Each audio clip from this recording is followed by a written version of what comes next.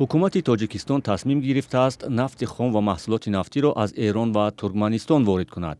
мақомоти вазорати энергетика ва захираҳои об хабар доданд, ки бо ҷониби Эрон ва Туркманистон санадҳои зарурӣ таҳия шудааст, ки бар асоси он Тоҷикистон метавонад бемаҳдудият аз захираҳои нафти ин кишварҳо харидорӣ кунад.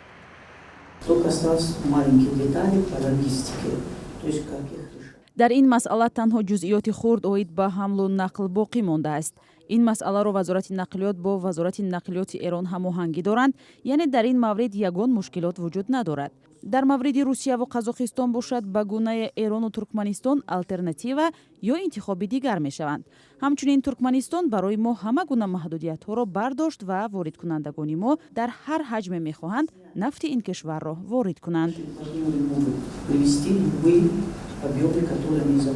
муовини вазири энергетика дар мавриди нархи нафти хому маҳсулоти нафти Эрону Туркманистон рақами дақиқе нагуфт, аммо афзуд бо ҷониби Эрон бо қиматҳои хеле арзон мувофиқа шудааст.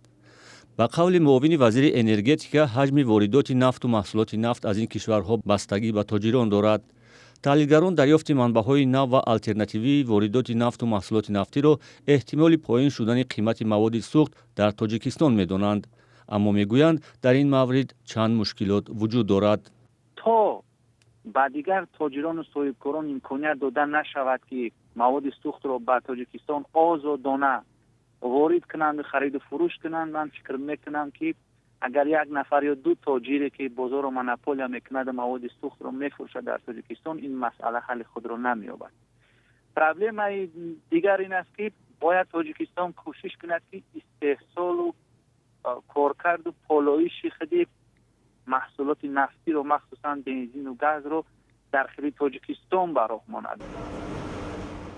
дар Тоҷикистон ба ғайр аз полоишгоҳи бунёдшаванда дар ноҳияи Данғара 12 корхонаи хурди коркарди нафт вуҷуд дорад, ки феълан фаъол нестанд.